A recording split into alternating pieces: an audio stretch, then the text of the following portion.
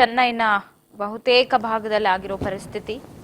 So Krishnagiri ಜಿಲ್ಲೆ ಸಂಪೂರ್ಣವಾಗಿ ತತ್ತರಿಸಿ ಹೋಗ್ತಾ ಇದೆ ನಿರಂತರವಾಗಿ ಬೀಳ್ತಾ ಇರುವಂತಹ ಗಾಳಿ ಮಳೆಯಿಂದ. ಕೃಷ್ಣಗಿರಿ ಜಿಲ್ಲೆಯ ಹಲವೆಡೆ ಸಾಲು ಸಾಲು ಅವಾಂತರ ಸೃಷ್ಟಿ ಆಗ್ತಾ ಇದೆ, ಹೋಗಿದೆ ಆಲ್ರೆಡಿ. ಸಾವಿರಾರು ಎಕರೆಯ ಫಲವತ್ತಾದ ಭೂಮಿ ಜಲಾವೃತ. ಪಾಪ ರೈತರ ಪರಿಸ್ಥಿತಿ ಹೇಳಿ, ಕಣ್ಣೀರ್ ಹಾಕ್ತಿರ್ತಾರೆ ರೈತರು.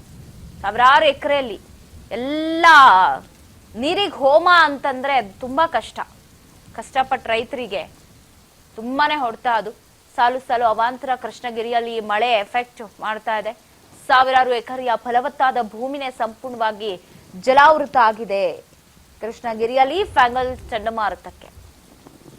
ಸಂಪೂರ್ಣ ಶಾಲಾ ಕಾಲೇಜುಗಳ ಆವರಣ ಕೂಡ ಜಲಾವೃತವಾಗಿದ್ದು ರಜೆ ಘೋಷಣೆ ಮಾಡಲಾಗಿದೆ. ಈಗಾಗಲೇ ಒಂದ್ ರೀತಿ ದ್ವೀಪ ಆದಂಗ ಆಗ್ಬಿಟ್ಟಿದೆ ಅಂತಾನೆ ಹೇಳ್ಬೋದು.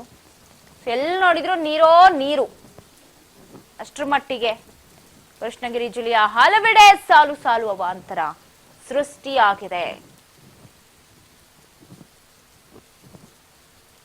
ಸಾವಿರಾರು ಎಕರೆ ಫಲವತ್ತಾದ ಭೂಮಿನೇ ಜಲಾವೃತ ಆಗಿರೋದು. ರೈತರು ಕಂಗಾಲಾಗಿರ್ತಾರೆ. ಈಗ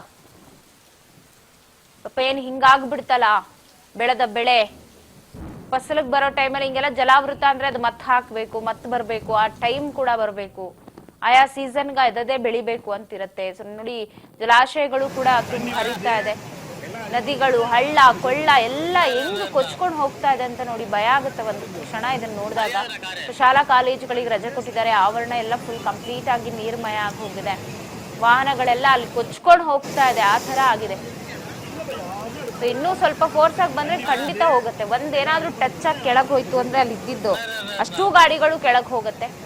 ಸಾವಿರಾರು ಎಕರೆಯ ಭೂಮಿ ಕೂಡ ಜಲಾವೃತ ಆಗಿರೋದು. ಇದು ನೋಡ್ತಾ ಇದ್ರೆ ಶಾಲಾ ಆವರಣ, ಅಲ್ಲಿ ಕೂಡ ಸ್ವಿಮ್ಮಿಂಗ್ ಪೂಲೇ ನಿರ್ಮಾಣ ಆಗ್ಬಿಟ್ಟಿದೆ ನೋಡಿ.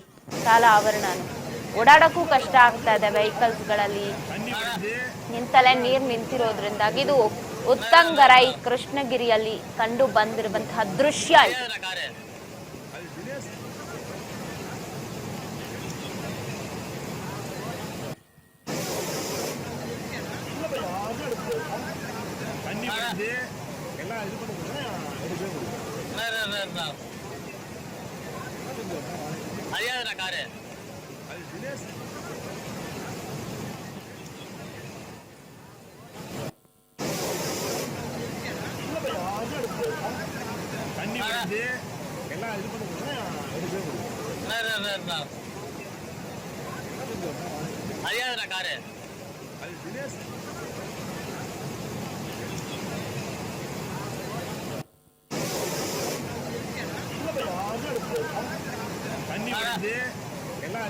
ಶಾಲಾ ಆವರಣದಲ್ಲಿ ಆಗಿರೋದು ಕೃಷ್ಣಗಿರಿಯಲ್ಲಿ.